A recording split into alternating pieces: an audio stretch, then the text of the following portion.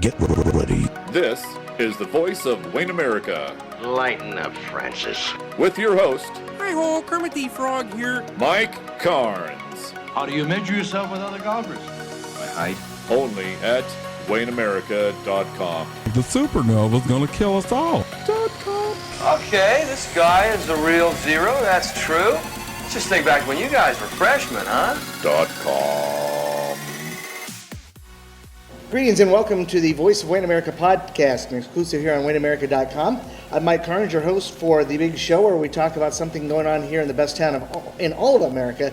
That's right here in Wayne America, and we were kind of busy this past month as far as trying to get the mayor of Wayne, Giese, to sit down and talk with us about city council stuff and city related events. The month of May was kind of a busy month for both of us, and our schedules just didn't seem to match up. But we've got it back in order now, and the city council had their first meeting in June on Tuesday night at the city council chambers.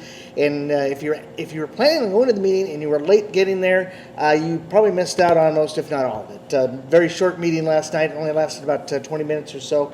A lot of ordinances got dealt with, and a lot of resolutions as well. Not a ton of stuff on the agenda from a business perspective, but still some of that stuff's it's all part of being a part of the city. Yep. Sometimes you have a lot of debate and a lot of discussion, and nothing happens. And and then other times you have a lot of stuff get done with no discussion, and that doesn't take very long. Yeah, and it depends on where you're at in whether you like to sit through long meetings or not, as to whether that's a good thing or not. Yeah, it's nice that we had at least some decent weather, and we got out a little bit early to enjoy some of that. Yeah. But we did get a little bit of stuff done. I don't know if you wanted to kick it off with, there was just some housekeeping items for the Omelet Feed, the Kiwanis Club. They used to have it up at Bressler Park before the parade. It wasn't the best for foot traffic, so they started having it down on the old Carroll Plumbing lot downtown next to Fiesta Brava. Fiesta Brava is expanding their operation, and they expect to be under construction. So they had to move it. The Omelet Feed used to be on that bare lot. It will be on, I think, 2nd Street instead, because they expect to be under construction for that time. So that's exciting news. I checked out the building permit that was filed for Fiesta Brava. They're about doubling their seating, upgrading their bathrooms, putting in a bar. So people who are fans of Fiesta Brava should be happy to hear that. Well, that's kind of neat because that empty lot has been sitting there empty for a long, long time, and now it's going to finally get to put to some use. So that's going to be pretty exciting. Yes. From a downtown perspective. Yeah, better than sitting there having glitter in it or whatever it's been doing for the last 10 or so years. Definitely. Number of ordinances done regarding parking and standard specifications for the water, sewer, storm sewer, and paving manual. I know that manual I think is about 40 years old. So that Pat? Yeah, I think it was the 1970s. That's the yellow book, they called it, only because it had a yellow cover. And unlike the yellow pages, which is something completely different. This was really dealt hard. It was nice having Chris Whaler. I know BJ Whaler took a lot of time. Chris and BJ went through it, and they made about 40-some changes. I think we incorporated like 39 of those at least. Dwayne Speaker had some nice input with verbiage, trying to keep it open for new technology as we go, so we don't miss out on updating it in the next 40 years. But so that was a 3-reading deal that finally got passed. It was we broke it up into sections so council members could have a look at it and have a chance to discuss. So that's finally passed now. We won't see that again. And then the parking, that was mainly to do with the South Sherman, that new addition on the side of town. They wanted to kind of feel out what the parking would look like or what the needs of the community would be down there before they enacted the laws. What they ended up doing was going straight with what the normal city recommendation is. I think that's parking on the west and north sides of the street, from no parking from 3 to 5 or 3 to 5 a.m. Yep. Okay. Just enough to kick you off the street for. Yeah, make you move the car every once in a while. That's right. Yeah. So, and then some resolutions relating to Phase 2 of the Wayne Trail project. Can I explain some of those resolutions? So and what this those is are? some really exciting news for everybody who's been waiting the 19 years, whatever it is, for this phase 2. Every year we've kind of been bumped back via email. Your by bid, the state. By the state, yeah. Your bid letting process has been postponed to the next bid letting process. This time they called and said, hey, you've got X, Y, and Z that you need to get in line, and then we're good to go. So they're expecting yet this year to make substantial progress. Now, I don't know if that's construction or if that's having all your ducks in a row for spring construction, but things are actually looking promising that they should be completed. The trail should be completed by next year, if we're on this current timeline that they're saying that we're on. Now, Wes likes to dampen my optimism, and he says, wait until we actually see someone breaking ground before you celebrate. But this is some really hopeful news that we have not seen since I've been on council. So this is the best news since I've been in my 7 years, whatever, of paying attention to this. And in Phase 2 of the trail project has been something that's been on the to-do list for a long time. Oh yeah. This trail has. I think it was only supposed to take a few years to finish, and we're well into our second decade of this being on the to-do list. Yeah, and for those of you that don't know, this completes the loop. So it'll go all the way around the town now. This includes the underpass. So, I mean, if you started at somewhere like the Fourth Jug, you could end all the way up at like the old swimming pool without ever crossing the highway, because if we get the trail repaired underneath south of town, but you should theoretically, I think that's going to open it up to do some 5Ks and kind of some fun stuff like that, where you can do a little jaunt around the town, and if it ends at the Fourth Jug and you have a beer or something, that sounds like you could get some good events and fundraisers and stuff started from that. You can end it at the Fourth Jug, or you can end it at Journey Christian Church, either side of the street there. There you go. It kind of depends upon whether you're what mood you're in. If you're in the mood for sinning or for redemption, whichever one you're looking for. Oh, and then the trail. Speaking of the trail, and I think you mentioned that the down by the creek. Of course, that was damaged there with the flooding earlier this spring. Where is that at right now? I still don't think we've been assigned a FEMA case director, and that is step one of the process.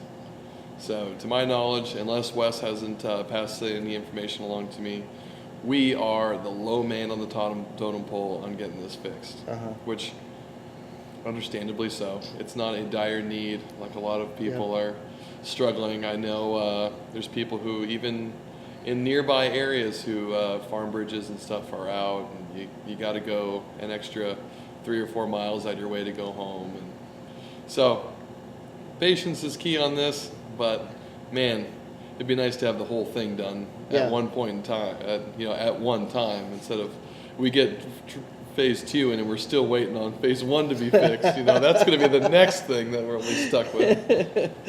Yeah, just when you thought you had it all done. Right? Exactly. Yeah.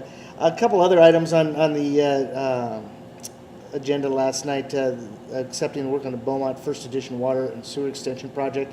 I'm assuming it's the extending the water and sewer out to Beaumont.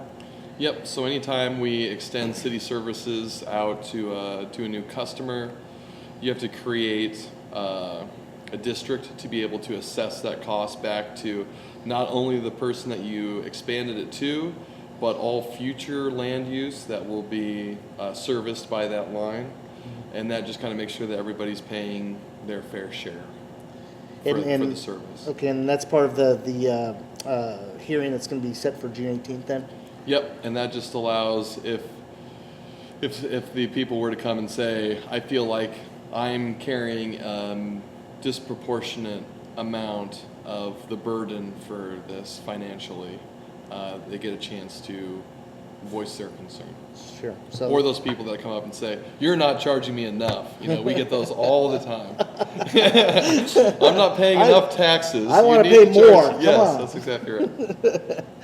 We're talking with Mayor Cale Giese here on the Voice of Wayne America podcast, discussing the Tuesday night City Council meeting.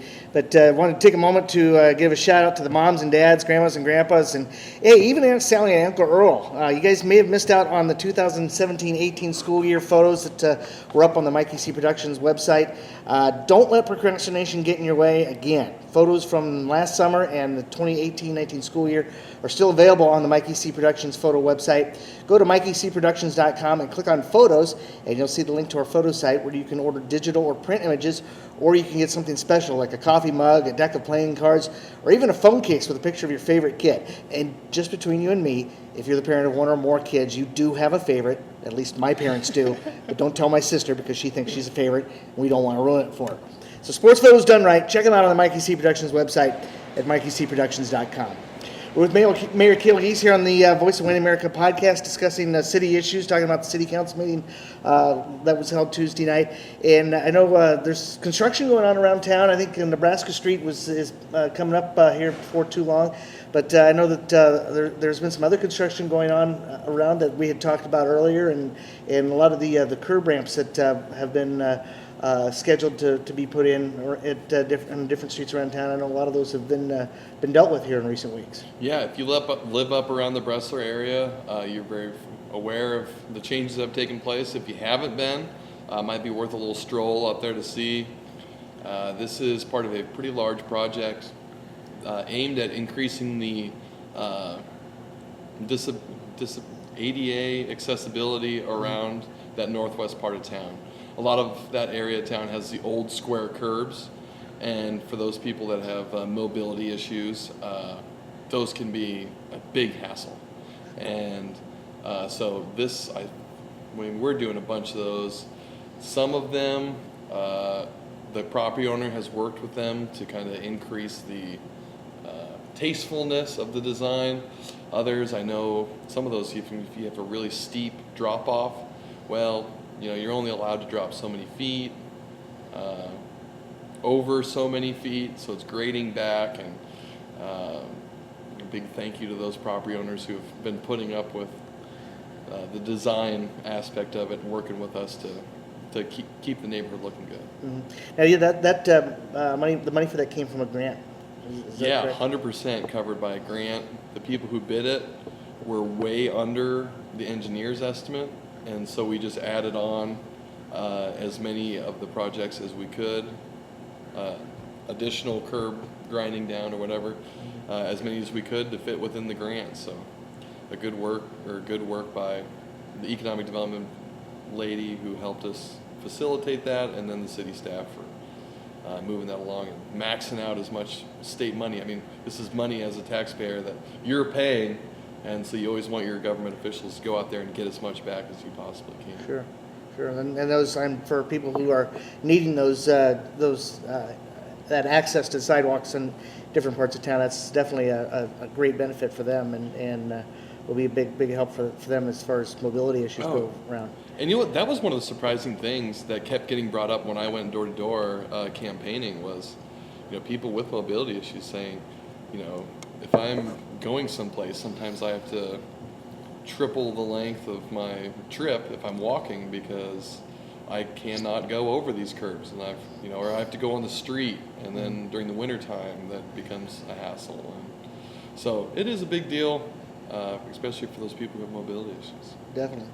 Now, this weekend, Wayne is going to be hosting a kind of an economic summit of some sort. This weekend, the Chamber of Commerce has been active in getting that brought to Wayne, and it's a statewide event. Can you tell me a little bit about what's going on with that this weekend? Yeah, kudos to the Wayne Area Economic Development for getting this hosted here. I can't remember if this has ever been hosted in Wayne before, but with the CAT building, with the Beaumont, the golf course, Fourth Jug, all the stuff that we've been doing the last few years, all the housing, I think they were able to put together a pretty good pitch to say, hey, there's a lot of stuff going on here in Wayne America. And we got that, so we've got pretty much all the head honchos for the State Economic Development Office and the governor, I know, will be in attendance at least the first night. And those people will, I get a chance to speak, so I get a chance to have the governor's ear for a little bit and be able to tell him, why we need to continue to spend money and invest in the infrastructure of rural America. It's a unique chance. A lot of times Omaha and Lincoln have the loudest mouthpiece, but at least for one night, we're going to have a pretty loud mouthpiece. Yeah, and that'll be going on, I think, Thursday, Friday, Saturday, or is it I think the welcome banquet's on Wednesday, and then it's Thursday, Friday, Thursday, Saturday. Fridays? When a lot of stuff will be going on Yep. here in town. So it's a great opportunity for the community to have something of this nature, where the entire state is basically going to be here in Wayne to kind of see what's going on and see how this community has done with economic development, and especially in light of tornado 5 years ago, when Absolutely. What's happened since then, and some of the good things that have happened here in the community. So it's be a great opportunity for the city of Wayne. Yeah, and I think these are some of the people who do the behind-the-scenes funding work for some major projects. So hopefully we make a good impression. Definitely. And on the subject of economic development, I know that there's one situation that I think a lot of business people in the community are concerned with, and that's the fate of the Shopco building. And I know that you don't have a lot of say in any of that as a mayor, but I know as a business owner, anytime a major business in town closes its doors, that's a big deal, regardless of what size of town you're in. I know that I've seen their discount signs. I think it was 30% when they first announced it. And I think the other day I drove by and it was 80% now. So they're evidently serious about getting all that inventory taken care of before they close up shop. But what are you hearing or seeing about on the Shopco end of things here? As far as I know, anybody who tells you that they know what's going in there or they're hinting at what's going in there, they don't is know. just spreading a rumor. As far as I know, we have failed to make contact with the owner of the building. Now, apparently the owner of the building is in it with a few siblings, and we've tracked down at least one email address, one mailing address for one of the trustees, and we've reached out, haven't heard anything back. From our understanding, they own multiple sites, not just Wayne. Mm-hmm. So we're hoping that they're entering into some type of renter negotiation behind the scenes to replace Shopco. Okay. So they own multiple buildings that have Shopcos in them? Yes. Okay. So hopefully they're trying to find somebody to go into those multiple locations. Mm-hmm. Now I know the Wayne Area Chamber of Economic Development has reached out to some businesses that to see if there might be an interest in there, and at this point hasn't been any success in getting a yes or a maybe or anything like that. But it's one of those things where you want to see something done with something, because that is a big big empty building along Highway 35 that you'd hate to have sit there for a long time. It's definitely a contributing factor or a catalyst for economic growth, where if somebody's going to go to, if they're making a decision, if they live in like a Laurel or a Carroll or something, and they're like, well, we can go to Wayne and pick up groceries and something I need at Shopco, or you go to Norfolk, or you go to Sioux City and get it knocked out at a Hy-Vee and a Walmart or a Walmart. That's a big decision. Mm-hmm. I mean, we got to get something in there to handle those little purchases that you need, because, man, just the other day I was needing some like cable or something, and I was like, I don't have the time to run to Sioux City and get X cable and then make it back for the meeting that I needed to have this at. So yeah, it's a really important thing in town. I hope we can fill it. I'll make sure to keep people updated as much as I can, but for right now, it's just kind of sit and wait game while this flushes itself out. Yeah, one of the things I always used to get a Shopco was a vent, a filter for the vent in my heating Sure. system, and there was just an easy drive over there to pick one of those up when I needed one, and when the announcement was made that they were closed, I picked up 2 because I figured we're going to need one for 6 months from now, and when I'm going to need to change it again. But but now it's like, I haven't. I guess I could probably check over at maybe a Carhartt Lumber or something like that to see if they might have them there. But it's an inconvenience for all of us, and no matter what that one thing we might need, whether it's a set of batteries or if we need to get that birthday card at the last minute before family's birthday. That's those things are things that we tend to take for granted until something like this comes up. Yes. So it'll be kind of interesting to see what happens with Shopko once, or with that building once Shopko vacates it there. It'll be end of this month. It's a few weeks away. I know, and it's got such a killer location for a retail spot. And you hate to have a big empty building on your highway because that just makes you look. It's not a nice reflection of what's going on in Wayne, in my opinion. Yeah, I remember when I used to live down in southeast Nebraska, and when Seward Walmart, when they moved their Walmart to a different location, the old building sat there empty for several years, and it turns into a big eyesore. Is what happens until somebody comes along and does start something. Getting weeds in the parking lot, and it looks like a wasteland. Yeah, so hopefully we don't have that happen with Shopko here. But this weekend's going to be a good weekend for the community as far as being able to show off its best foot, and like you said, you're going to have an opportunity to have the governor's ear, and so hopefully we can put some good thoughts in there too as well. Yeah, we got 30 teams coming in for softball tournament. 30 teams coming in for a softball tournament. There's a wooden bat baseball tournament in town this weekend as well. So there'll be a few teams in there, and then. So yeah, that's going to be kind of a hopping weekend here in Wayne this weekend. So I hope so. So, and then hopefully the city council meeting on the 18th will maybe last a little longer than 20 minutes, and hopefully we'll have more to talk about there. We shall see. All right, well, Mr. Mayor, thanks a lot for chatting with us on the show. And always a pleasure. We'll look forward to talking to you in a couple weeks. Sounds great. All right, we've been talking with Mayor Cale Giese here on the Voice of Wayne America podcast. That's going to do it for this week's edition. We'll have another edition of the Voice of Wayne America podcast coming up very soon here on WayneAmerica.com. So check us out, and thanks for listening this time around, and we will talk to you later.